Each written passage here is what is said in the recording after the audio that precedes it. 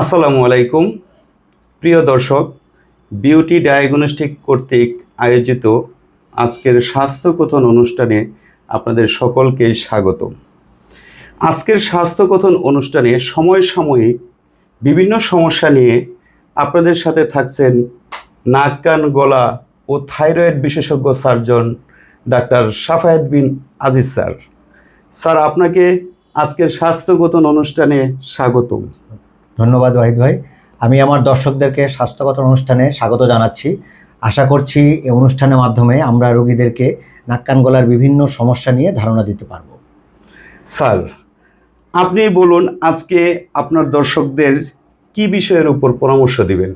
আজকে একটি common but অবহেলিত সমস্যা নিয়ে কথা বলবো, সেটি হচ্ছে স্নোরিং বা নাক ডাকা এবং অবস্ট্রাকটিভ স্লিপ অ্যাপনিয়া সিনড্রোম বা ঘুমের মধ্যে দম বন্ধ হয়ে ঘুম ভেঙে যাওয়া। এই সমস্যাগুলো নিয়ে এটাকে অবহেলিত বললাম এই কারণ রুগীরা আসলে বুঝতে পারে না যে এটা একটা অসুখ বা একটা উপসর্গ। তো প্রথমে আমি রুগীদেরকে জানাতে চাই যে স্নোরিংটা কি। স্নোরিং বা নাক ডাকা হচ্ছে ঘুমের মধ্যে ডিস্টার্বিং বা আনএক্সপেক্টেড কিছু শব্দ তৈরি হওয়া, আর স্লিপ অ্যাপনিয়া হচ্ছে ঘুমের মধ্যে দম বন্ধ হয়ে হঠাৎ ঘুম ভেঙে যাওয়া। এখন এই সমস্যাগুলো কী কারণে হতে পারে সেটা যদি আমরা আইডেন্টিফাই করতে যাই তো দেখতে পারি কিছু প্রিসিপিটেটিং ফ্যাক্টর থাকে, যেমন কারো যদি শরীরের ওজন বেড়ে যায়, কারো যদি কিছু বদভ্যাস থাকে যেমন ধূমপান করা, অতিরিক্ত মদ্যপান করা অথবা অতিরিক্ত ঘুমের ওষুধ সেবন, এরকম যদি অভ্যাস থেকে থাকে তাদের ক্ষেত্রে এই সমস্যা হতে পারে। আর কিছু অসুখজনিত কারণের জন্য এটা হতে পারে।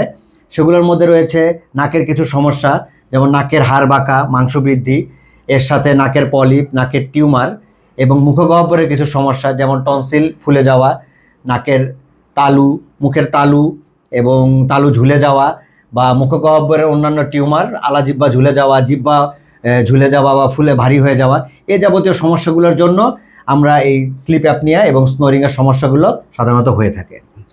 স্যার, এরকম সমস্যা হলে উপসর্গগুলো কি কি এবং এটার প্রতিকারটা কি? জি, উপসর্গ বলতে প্রথমে রোগীরা আমাদের কাছে যেসব সিমটম নিয়ে আসবে তার মধ্যে অন্যতম হচ্ছে ডে টাইম স্লিপিনেস, মানে সারাদিনে তার ঘুম ঘুম ভাবটা থাকবে, শরীরটা ম্যাজ করবে, তার মেজাজ খিটখিটে থাকবে, কোনো কাজে মন বসবে না, অস্থিরতা দেখা যাবে, টেনশন দেখা যাবে, অনেক সময় তার মেমোরি লস বা স্মৃতিশক্তি কমে যাবে। এই সমস্যাগুলো নিয়েই রোগীরা সাধারণত আমাদের কাছে আসবে। এবং প্রতিকার বলতে গেলে আমরা প্রথমে তার সাইন সিমটম এবং ইনভেস্টিগেশন করে আমরা তাকে আইডেন্টিফাই করব যে কোন সমস্যাটার জন্য তার এই সিমটমগুলো আসতেছে, তারপর সেই অনুযায়ী আমরা চিকিৎসা দিব। তো আমরা চিকিৎসাটাকে দুই ভাগে ভাগ করতে পারি, একটা হচ্ছে সার্জিক্যাল, একটা নন সার্জিক্যাল। নন সার্জিক্যালে বা অপারেশন ছাড়া প্রথম যে ট্রিটমেন্ট সেটাতে প্রথমে লাইফস্টাইল মডিফিকেশন করতে হবে।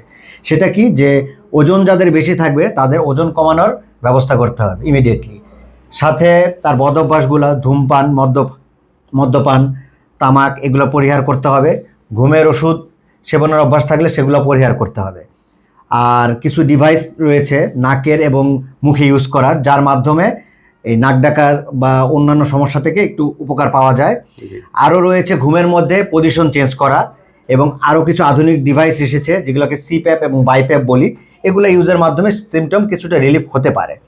আর আরেকটা ট্রিটমেন্ট রয়েছে সার্জিক্যাল বলতে আমরা নাকের সমস্যাগুলোর জন্য নেজাল সার্জারি, যেমন নাকের হাড় বাঁকা অপারেশন, নাকের মাংস কমার, পলিপ রিমুভাল এসব, এবং মুখের ক্ষেত্রে টনসিল রিমুভাল এবং তালু, জিহ্বা এগুলোর ক্ষেত্রে বিশেষ কিছু স্পেসিফিক সার্জারি এখন এসেছে। এসব সার্জারির মাধ্যমে আমরা রোগীদেরকে এসব সাইন সিমটম থেকে উপশম দিতে পারি। উপশম দেওয়া। স্যার, আপনাকে অসংখ্য ধন্যবাদ বিভিন্ন সময় নিয়ে এই সমস্যা নিয়ে গুরুত্বপূর্ণ পরামর্শ দেওয়ার জন্য। প্রিয় দর্শক, নাক কান গলা সমস্যা নিয়ে কখনোই অবহেলা করবেন না। সমস্যা দেখা দিলে সাথে সাথেই একজন নাক কান গলা বিশেষজ্ঞ সার্জনের সাথে পরামর্শ করুন। বিউটি ডায়াগনস্টিক সেন্টারের পাশে থাকুন। পরবর্তী ভিডিও পাওয়ার জন্য বিউটি ডায়াগনস্টিক সেন্টারের পেজটি ফলো দিয়ে রাখুন। সুস্থ থাকুন, সুন্দর থাকুন। আল্লাহ হাফেজ। আল্লাহ হাফেজ, ধন্যবাদ।